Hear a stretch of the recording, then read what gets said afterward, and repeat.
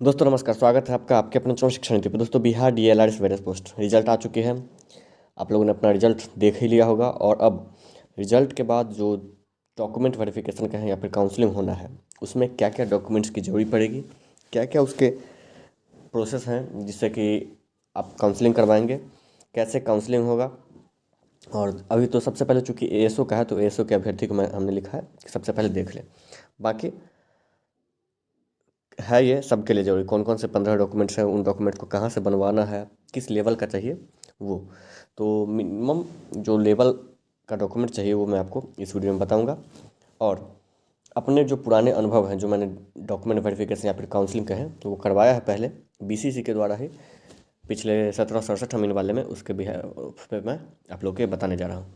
आगे बढ़ने से पहले आपको बता दूँ कि हमारा टेलीग्राम ग्रुप है, अर्निंग से रिलेटेड चैनल भी है और टेलीग्राम ग्रुप है जिसमें कि जॉब से रिलेटेड जानकारी मैं देता हूँ। उन सभी, अगर आप चाहते हैं कि उन सभी पे आप भी जुड़ना चाहते हैं तो जल्द से जल्द लिंक डिस्क्रिप्शन में है, वहाँ से जुड़ जाए। और हमारे इस व्हाट्सएप चैनल भी एक है, उस चैनल को भी सब्सक्राइब करें, वो आप हाँ फॉलो करें, वो उसका भी लिंक आपको डिस्क्रिप्शन में मिल जाएगा। साथ ही इस चैनल को तो सब्सक्राइब करना है यूट्यूब को। चलिए आइए देख लेते हैं क्या है वो 15 डॉक्यूमेंट्स। तो दोस्तों ये रहा रिजल्ट। रिजल्ट तो आपने देख ही लिया होगा, इसको मैं ज़्यादा हाईलाइट नहीं करता हूँ और आपको सीधा ले चलता हूँ डॉक्यूमेंट्स के सेक्शन पे। चलिए हम आ चुके हैं यहाँ। अब डॉक्यूमेंट्स का सेक्शन देख लेते हैं, कौन से वो 15 डॉक्यूमेंट है। सबसे पहले कौन कौन से और कहाँ कहाँ से कौन सा डॉक्यूमेंट किस लिए ज़रूरत है वो भी मैं आपको बताऊंगा। देखिए सबसे पहले तो है original admit card of DLRS. आपने जो सीबीटी के टाइम में ओरिजिनल एडमिट कार्ड ले, आपको जिस पे साइन हुआ था वो एडमिट कार्ड ले लेना है। अगर नहीं है तो आप, अगर आपके मोबाइल में सेव है तो आप डाउनलोड करके ले जा सकते हैं, लेकिन थोड़ा बहुत आपको डांटने के बाद वो ले लेता है, वैसे वो उनकी मर्ज़ी है। चलिए उसके बाद हम देख लेते हैं। आपको ओरिजिनल एडमिट कार्ड और मार्कशीट आपको लेना है मैट्रिक का। ये आपका एज वेरिफिकेशन के लिए होता है और आपको इसी सिलसिला में, जैसे ये है एडमिट कार्ड होगा, उसके बाद 10th का, उसके बाद ये हो गया आपका इंटरमीडिएट या फिर डिप्लोमा का, वो आपको इसी हिसाब से लगाना भी है ताकि उनको भी जरूरत पड़े। सॉरी, इस हिसाब से नहीं, आपको मैं जो चेक लिस्ट में है सबसे पहले जिसका है वैसे ही लगाना है, ठीक है। उसके बाद आपको क्या लेना है, ओरिजिनल मार्कशीट ऑफ, ये इन सभी का आप कम से कम 2-2 प्रिंट करवा लें, ठीक है। Original marksheet and original certificate of intermediate और इक्विवेलेंट, ठीक है। ये आप डिप्लोमा का है, अगर आप एमइन के लिए है तो डिप्लोमा वाला, कानूनों के लिए है तो भी डिप्लोमा का, और आपका एक्सपीरियंस का लगेगा तो है ही। चलिए original attested copy of no objection certificate of the employer. अब अगर आप कहीं जॉब कर रहे हैं तो वहाँ से आपको एनओसी लेना ही पड़ेगा, बिना एनओसी के नहीं होगा। और अगर उसके बाद नहीं आते हैं तो कुछ दिन टाइम दिया जाएगा, आप अगर नहीं ज्वाइन करते हैं तो आपको रिस्ट्रिक्ट कर दिया जाएगा। चलिए आगे देखते हैं। आगे जो है वो है caste certificate with non creamy layer of current financial year, ठीक है। करेंट फाइनेंशियल ईयर का कास्ट सर्टिफिकेट चाहिए आपका। उसके बाद क्या है, original residential certificate issued by CO BDO. अच्छा, ये जो सर्टिफिकेट आपका एसडीओ है, सीओ है और रेवेन्यू अफसर, आपका नॉर्मली जो ब्लॉक लेवल पर बनता है वो आप अप्लाई करके खुद से डाउनलोड करके ले जा सकते हैं। वैसे रेजिडेंशियल भी। और 4 copies of passport size photo, आपको 4 कॉपी चाहिए पासपोर्ट साइज फ़ोटो का, जो कि आपको एक उस पर भी लगाना है, क्या कहते हैं, चेक लिस्ट पे भी। और बाकी दो दो लगेगा और 2 आपको वहाँ ले लेगा, ठीक है। अब देख लेते हैं आगे क्या है। For candidates of deferrable quarter, उनको उनका सर्टिफिकेट चाहिए। चलिए ई डब्ल्यू एस वालों के लिए कहाँ, वही रेवेन्यू ऑफिसर और एसडीओ लेवल का। चलिए आगे देख लेते हैं। Original marksheet and passing of educational qualification, देखिए mention in para 1 of prospectus of revenue and land first, जो भी है आपका वो मार्कशीट और पासिंग सर्टिफिकेट आपका चाहिए, ठीक है। Original experience certificate issued by concern authority, अगर आप एक्सपीरियंस वाले पद पे हैं, जैसे कानून में भी चाहिए था और एएसओ में भी एक्सपीरियंस चाहिए था, अगर उसका है तो आपको वो ले जाना है।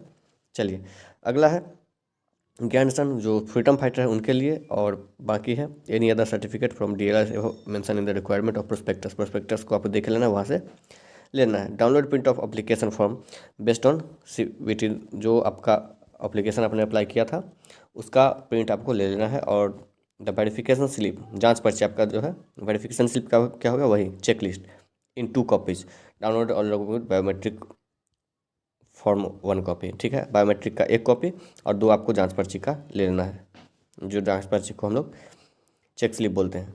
तो ये सभी डॉक्यूमेंट्स आपको लेके के जाने हैं। उसको लगाने कैसे वो आप देख लेते हैं। तो दोस्तों ये जांच पर्ची है, उसका PDF है। आपको जो चेक लिस्ट लगाना, सॉरी हाँ, कागज़ जो आपको पिन करने हैं वो पिन कैसे करने हैं वो देख ले। सबसे पहले आपको क्या करना है, एडमिट कार्ड, उसके बाद वो जैसे वैसे ही लगभग, उसके बाद एडमिट कार्ड 10th का, उसके बाद ओरिजिनल मार्कशीट और ओरिजिनल सर्टिफिकेट 10+2 या इक्विवेलेंट मतलब डिप्लोमा का तो डिप्लोमा का, ये देख सकते हैं आप। उसके बाद क्या है, डिग्री पासिंग सर्टिफिकेट आप जान सकते हैं अगर ग्रेजुएशन वालों के लिए, ओरिजिनल एक्सपीरियंस सर्टिफिकेट, ये सभी जिस सिलसिले में है ना वैसे ही आपको लगाना है। सबसे ऊपर DLRS का एडमिट कार्ड, उसके बाद 10th का, ये सब आपको इसी सीक्वेंस में लगाना है, ठीक है। और उसी हिसाब से वो चेक करके आपको यहाँ टिक मारते जाएगा, ठीक है। यहाँ से आप देख लीजिए, सबसे पहले इसमें मारेगा 10th वाले में, और उसी हिसाब से आपका काम चलता रहेगा। आपका डेट ऑफ बर्थ के लिए, सॉरी यहाँ डेट ऑफ बर्थ के लिए 10th वाला आपका लेगा ही, तो वही सब। चलिए ये आपका हो गया। अब बात कर लेते हैं कुछ और। अब जो आप लोगों से मैं बात करना चाहता हूँ वो कट ऑफ को लेकर। यार कई कमेंट्स आ रहे हैं कट ऑफ को लेकर। भाई कट ऑफ आपको क्या जानना है, आपका नाम चूँकि DV के लिस्ट में, काउंसलिंग के लिस्ट में आया है, तो आप लोग काउंसलिंग करवाएं। उसके बाद जब तक क्या मतलब 26 है, अगर 26 तारीख के बाद ही ASO का कट ऑफ का पता चल सकता है, तो वैसे 3-4 तारीख के बाद ही आपका अमीन के कट ऑफ का पता चल सकता है। तो अभी कट ऑफ को लेकर आप लोग चिंता ना करें। आपका अगर DV में काउंसलिंग लिस्ट में नाम है तो आप करवाएं। दरअसल बात यह है कि उतना ज़्यादा आपको सीरियसली लेने की ज़रूरत भी नहीं है, ठीक है, क्योंकि ये एक जॉब है वो संविदा बेसिस है। आप नॉर्मली जाएं। कई बार अगर आपके डॉक्यूमेंट्स नहीं रहेंगे तो वो सुझाव देंगे, और नहीं सुझाव देंगे तो भाई वैसे तो उनकी मर्जी है, मैं समझ सकता हूँ, लेकिन हो सकता है कि आपको कुछ टाइम भी दिया जाए। और काउंसलिंग करवाने से पहले अगर आप लोगों का करंट फाइनेंशियल ईयर का, मान के चलिए कि कोई अगर उस वक्त फॉर्म भर दिया था अप्रैल में वो पुराने वाले से, तो एक आप हो सकता है अगर ज़रूरत पड़े तो आप लोग बनवा लें। जो भी कास्ट है, इनकम है, NCL है, ये सब आप अभी का बनवा लें, ताकि आपको ज़्यादा भाग दौड़ नहीं करनी पड़े या उस वक्त आपको टेंशन ना हो। करंट फाइनेंशियल ईयर का हमेशा मांगता है, तो करंट फाइनेंशियल ईयर का आप बना लीजिए, क्योंकि अप्रैल के बाद फाइनेंशियल ईयर ख़त्म हो जाता है। तो ये सब आपको ध्यान रखना है। बाकी आगे जो भी जानकारियाँ होंगी मैं हमेशा बताते रहता हूँ और आगे भी बताते रहूँगा। आप लोगों को करना क्या है, वहाँ जाकर आपको ज़्यादा टेंशन नहीं लेना है। आपका नॉर्मल अगर आप डिप्लोमा किए होंगे SBT से, तो जिस तरह से वहाँ हुआ था आपका नॉर्मली हो गया था काउंसलिंग, वही 15 से 20 मिनट का टाइम लगेगा। कोई ज़्यादा टाइम आपका नहीं लगेगा। वहाँ आपको बस पहुँचने पर देरी है और आपका रोल नंबर आने पर, सॉरी रजिस्ट्रेशन नंबर या फिर आपका बारी आने पर देरी है। नहीं तो आपको वहाँ अंदर में टाइम नहीं लगेगा। इतना टेंशन नहीं लेना है। मैं ग्रुप्स वगैरह में देख रहा हूँ, पर्सनली मैसेज आ रहे हैं कि क्या होगा कैसे होगा। भाई इतना टेंशन नहीं लेना है। ये एक डॉक्यूमेंट, हाँ एक चीज़ आपको मेंशन करूँगा, कैरेक्टर सर्टिफिकेट। भाई कैरेक्टर सर्टिफिकेट का कोई ज़रूरत नहीं है। आप ऐसा ना हो कि आप कैरेक्टर सर्टिफिकेट के लिए दौड़ धूप करने लगे। कैरेक्टर सर्टिफिकेट की कोई ज़रूरत नहीं है। कैरेक्टर वेरिफिकेशन अगर उनको ज़रूरत होगी तो वो खुद करवाएंगे, और नहीं तो उसके लिए अगर उनको ज़रूरी होगी तो वो आपको टाइम देंगे। लेकिन अगर आप अभी से ही इतना टेंशन लें, क्योंकि जो परमानेंट जॉब था ना इसका अमीन का, उसमें भी कैरेक्टर नहीं मांगा था। उसमें ही कैरेक्टर सरकार ने खुद वेरीफाई करवाया था। तो ये तो संविदा की है, तो उतना टेंशन नहीं लेना है कि सभी लोग पूछें कैरेक्टर क्या करना है। कैरेक्टर की कोई ज़रूरत ही नहीं है। नॉर्मली आपके सर्टिफिकेट वगैरह में हर जगह जो 10th 12th का होता है, डिप्लोमा का होता है, उसमें नॉर्मली अच्छा लिख ही दिया जाता है, कैरेक्टर तो गुड या फिर बेटर या फिर बेस्ट जो भी हो लिख दिया जाता है। तो आप लोग को उतना टेंशन इसके रिगार्डिंग नहीं लेना है। आप लोग नॉर्मली जाएँ, काउंसलिंग करवाएं। बाकी आपको अगर पर्सनली है तो आप कमेंट से कर दें, मैं संडे के संडे जवाब दे दिया करूँगा एक वीडियो बना के। लेकिन पर्सनली फ़िलहाल मैसेज ना करें। बाकी जो फोकस कर रहे हैं अपने गोल पे वो करते रहें। धन्यवाद।